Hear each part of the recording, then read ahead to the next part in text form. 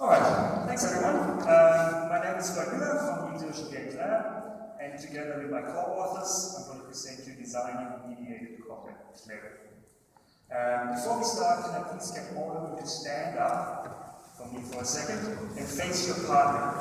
So you have to team up in teams of two, please. I'm going to demonstrate that for you now.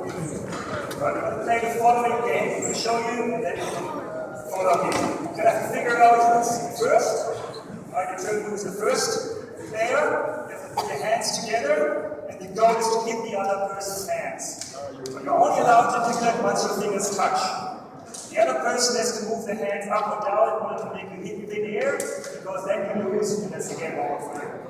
So I show you, you're going to put your hands together, and I hit you the first time, I hit you the second time, and the third time.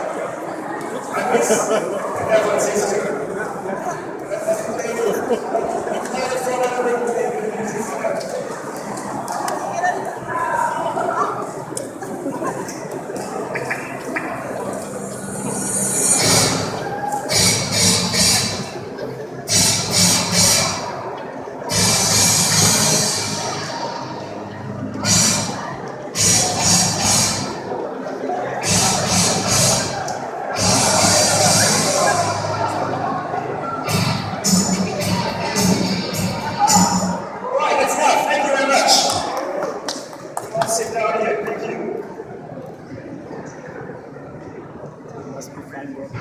Alright, what we just experienced now is a form, small form, but a form of combat play.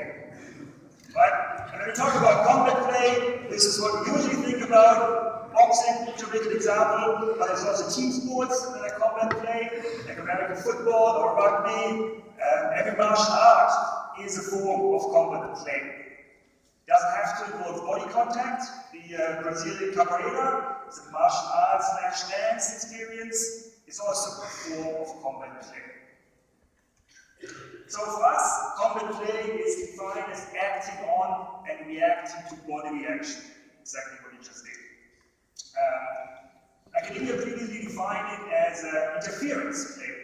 Right? Halloween race is the opposite. You act independently from your partner. This is interference play. But what we're really interested in, of course, is digital combat play. Why we bother bringing digital into some experience that is totally fine without technology? Well, we use the same thing while we use technology in lots of other play forms or computer games. You can support distributed players. You can support players in different locations. One of the key advantages of bringing technology in, and they're going to try to do the same thing with digital combat play. Of course, you can already play combat play online with other players. That's a great example. If you look at the players there, of course, also they react on and react to other players. But they react to other avatars, not really players. Example, Jared Allen, number 69 there, that's his job. He acts on and reacts to other players' bodily actions with his body. Right? But if he plays the same game with Madden online, his body looks very different. It's a different bodily experience. We see this as an opportunity. The opportunity to bring the same kind of acting on and reacting to the physical world in these types of experiences. So what we read after is mediated combat play in the physical world. However, there's a lack of knowledge of how to design this mediated combat play in the physical world. So our approach is as follows. We designed our own system, remote impact, and then we reflected on the design and did a formal study with over 20 participants, which we interviewed, but then we also did a lot of informal observations of showing the data across the country. And that results in knowledge of how to design mediated combat play. Very simple. Of course, we're not the first ones to talk about combat play. There are already systems like the Wii, facilitated first step towards combat play. You can play Wii boxing, where you act on and react to another person. But if you look at the picture, you can see it's still very much avatar-based, and the action is very much happening in the virtual world, not so much in the physical space. Fogman and a workshop presented this really nice idea of a kinesthetic empathy interaction. And her division between joint and opposed is probably the closest to our form of combat today. And she showed that if you have academics understanding about that, you can actually support the design process, because she showed a system for professional handball players that have to act on and react to each other's body reaction by to touch these lights on these towers before their opponent does. Another system easily shown is Piketty and Unicom, where you have to touch your partner's senses, put the hands over the senses on your partner's leg or arms in order to score points. Again, reacting to and acting on body reaction, but not mediating. So we've done our own system, remote impact. It's a shadow boxing over distance. We've done several iterations of this system, and we've got a video of the very first one. I'm going to show you that first to show you the progress, but also the rules have never changed. And I think this one explains the rules quite nicely before I show you pictures of the most current version. Hi, and welcome to Remote Impact, shadow boxing over a distance. Remote Impact allows two players in different locations to shadow box one another, inspired by full body contact sports to promote stress relief, weight loss, and general fitness. The game encourages extreme physical exertion, and unlike the Nintendo Wii and other console games, it recognizes and registers intense movement.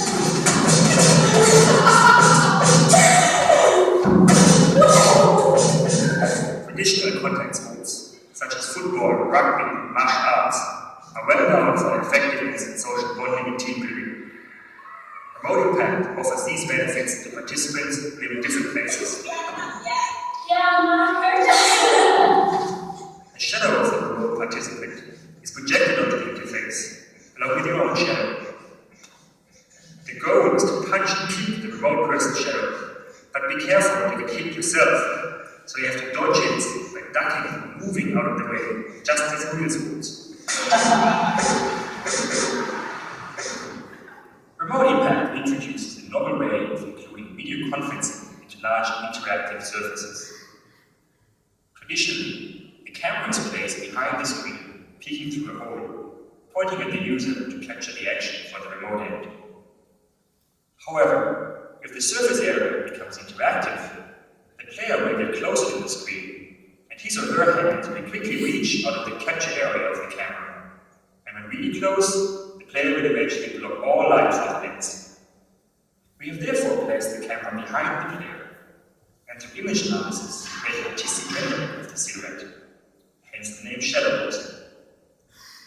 With this shadow-like representation of the remote user, the players can get as close to the projection as they want, and they also don't have to worry about hitting the camera. Stretch sensors attach to several layers of fabric and foam with a novel sensing system that detects location as well as intensity of the impact. You can even throw your entire body. Thanks for watching Remote Impact. Shadow boxing over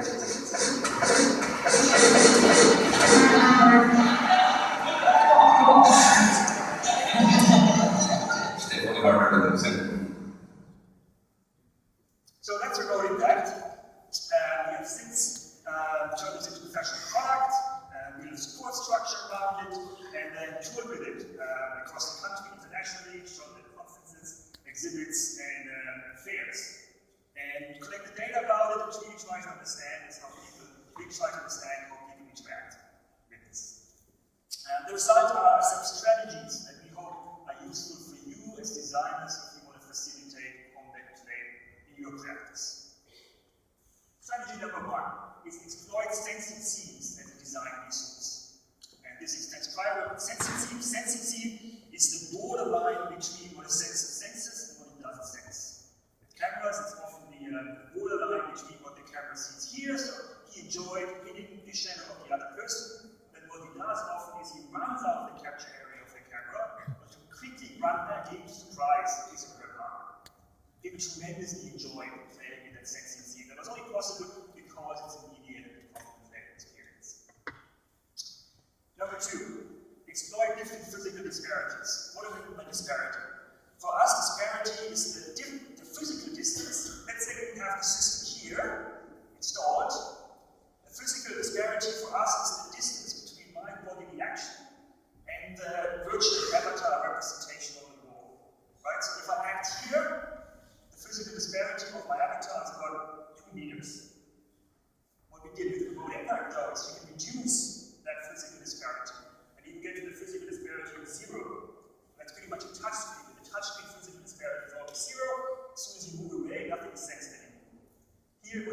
exist. And people really enjoy moving back and forth with that physical disparity.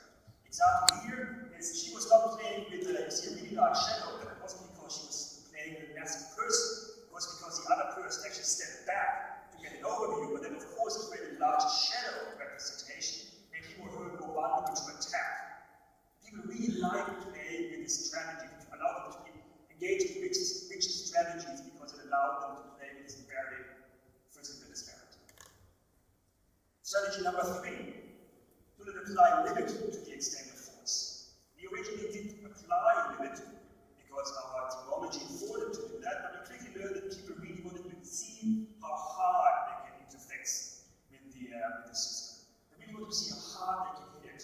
And it allowed these new kind of competitions where they try to hit harder than their partner, but also if they can hit harder than they did the day before. So my advice is do not apply limit to the extent of force. Strategy number 4. Alter physical risk to facilitate novel experiences. This is already where future work comes in. Because of course we have people criticizing us about combat play, these brutal, forceful interactions. We really need to support them with technology now.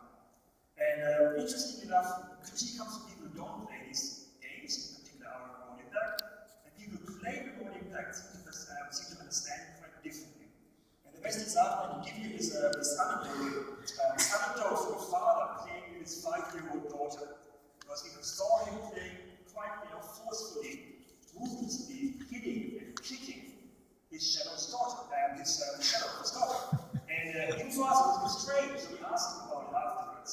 He said, no, that's fine, it's just a shadow, right? Yes, it is. But there seems to be something that when we mediate these combat play experiences, they seem to change for the participants. And we actually see this as an opportunity, particularly observed that the kids and parents playing with their kids. So we see this as a great opportunity for future work. In conclusion, we have presented the idea of combat-style play, exemplified through our system Remote Impact, and given you 4 strategies as designers to facilitate that in your future designs. The take-home message here for you is acting on and reacting to each other's bodily action is an underexplored area that we encourage you to consider that in your designs. Again, my name is Floyd Müller from the Exhibition Games Lab that was designing mediated